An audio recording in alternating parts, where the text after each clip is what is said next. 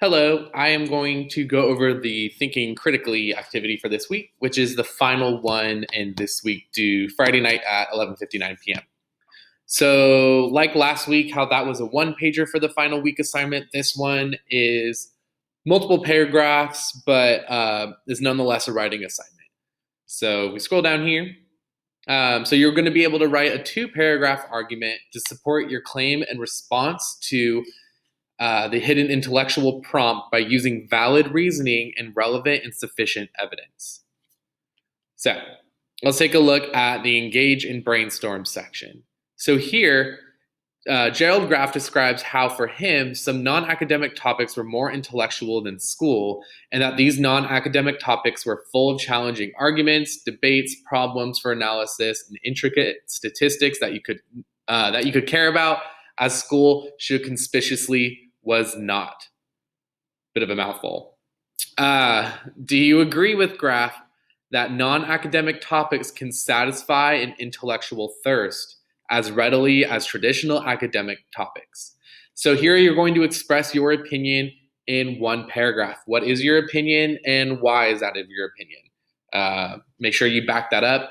You don't have to go for this response. You don't need to go back to the article to support your argument with textual evidence.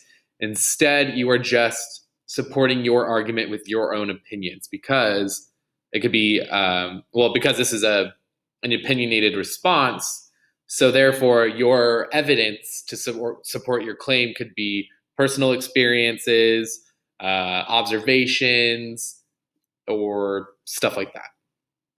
So that's going to go here. And again, that's going to be one paragraph. I didn't put a sentence restriction on that because I think that as seniors, you know whether or not you have satisfied the task in terms of did you answer the prompt or not. I don't think you need a 4 to 6 sentences, but again, roughly what a paragraph is. Next, so you're going to, this is where we're getting closer towards the prompt. And remember, we talked about this last week during Zoom. We want to make sure that we are breaking up the prompt each time we approach it. So when we do so, we're looking at how many components are there, right? Can I separate it into multiple questions? Are there 3 things it's asking, 2 main questions that it's asking? What is it actually asking? What is the prompt asking of me? What do I need to do? What is the end goal of my response? What should the reader, me, be walking away with by the time I am done, or by the time he is done reading my argument? And because the prompt does ask you to use textual evidence within, I've included a video here on how to include citations in MLA. So I encourage you to watch that. I will also be going over that in Zoom. So here, in his essay, Hidden Intellectualism, Graff argues that schools should use non-academic topics in text to encourage students to practice being an intellectual. Do you agree that this educational approach would help students develop academic practices of analysis and reflection? So let's look ahead and just break this up. Here's the prompt. Write 2 paragraphs that answer the question above with specific references to Graff's article. Each paragraph should include at least 1 direct quote from the article, and you will highlight this direct quote in yellow.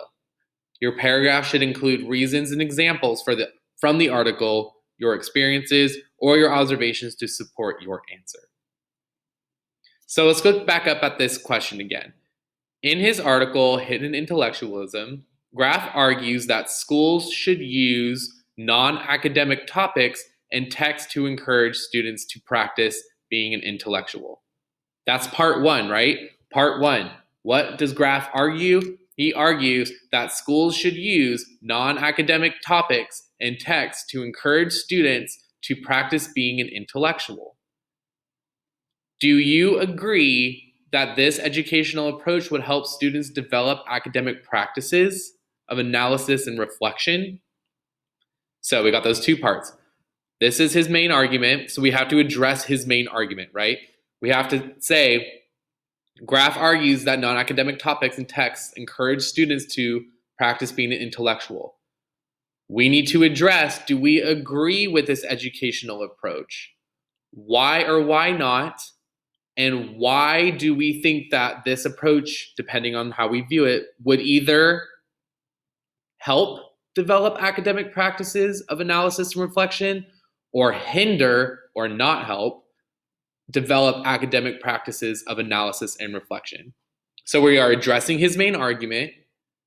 We are saying whether or not we agree or disagree, why we agree or disagree, and whether or not, and supporting why we agree or disagree, whether or not we feel that these practices would or would not develop students' analysis and reflection. So you're going to do that here in 2 paragraphs, right?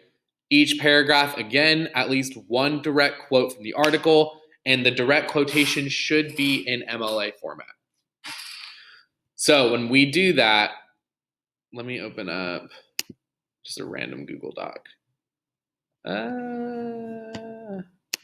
One second. So when we are quoting an MLA, probably should have had this set up sooner. Sorry about that. Okay, so when we are quoting an MLA, my computer loads, we would say when, like, let's say this is an example. When supporting the use of non-academic texts, Graf, who's our author, right, explains, comma. So right after that verb, I'm putting in that comma, right? Graf explains, comma, space, quote. And this is where I'm going to put in the direct quote. Oops. I'm going to close that with a quotation, and I'm going to add my parentheses, right? Graph.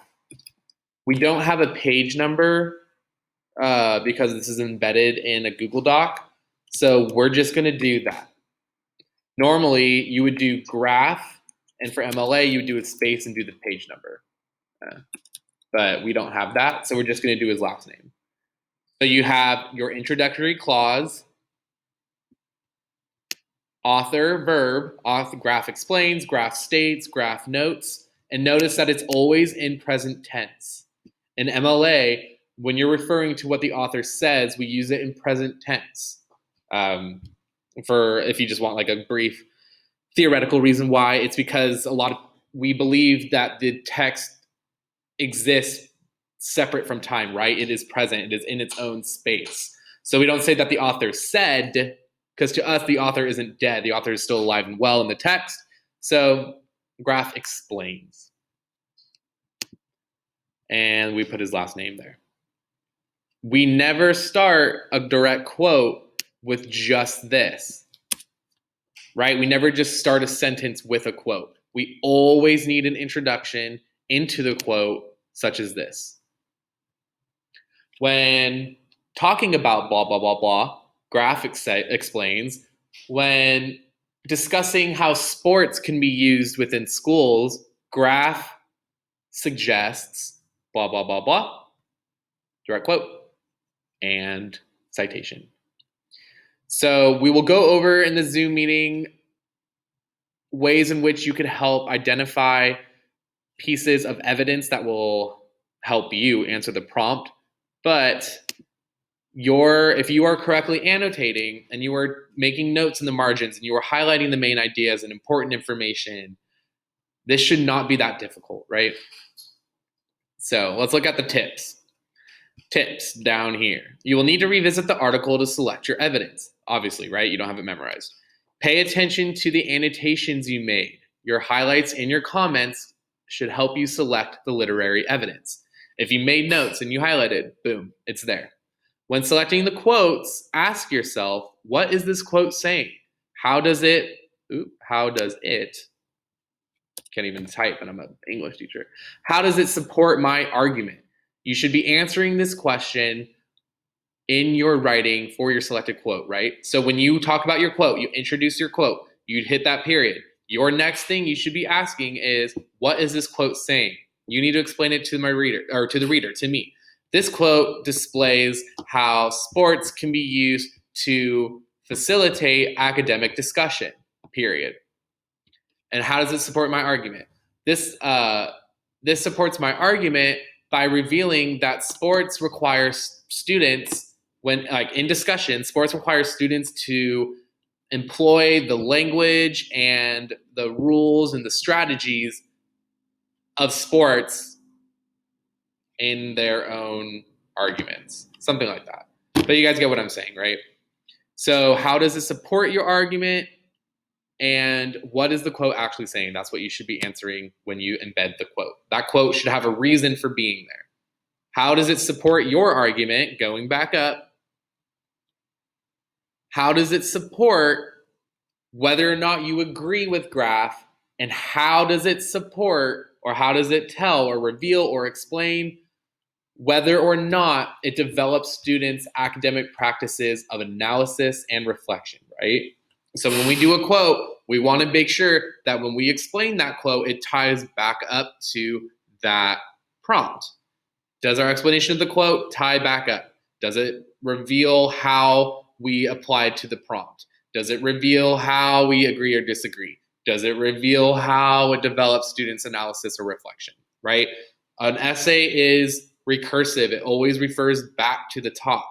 It's not linear, despite what we've often been taught. But an essay is recursive. It always refers back up to your prompt, back up to your thesis, right? It always returns back. So those are things that you want to keep in mind, right?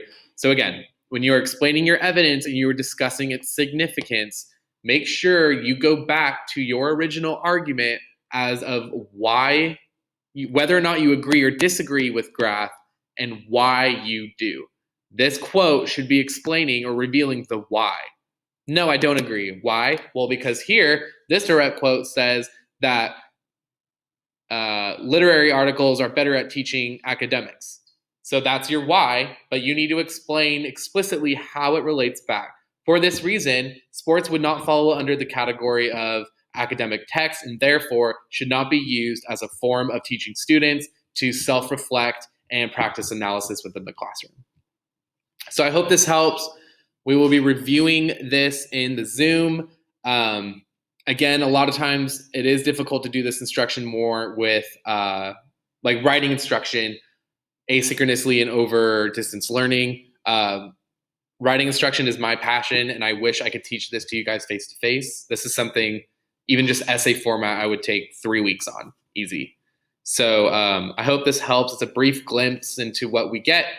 But again, it's only 2 paragraphs, and I believe that this will help you focus on your literary evidence. Also, the no red ink assignment for this week relates directly to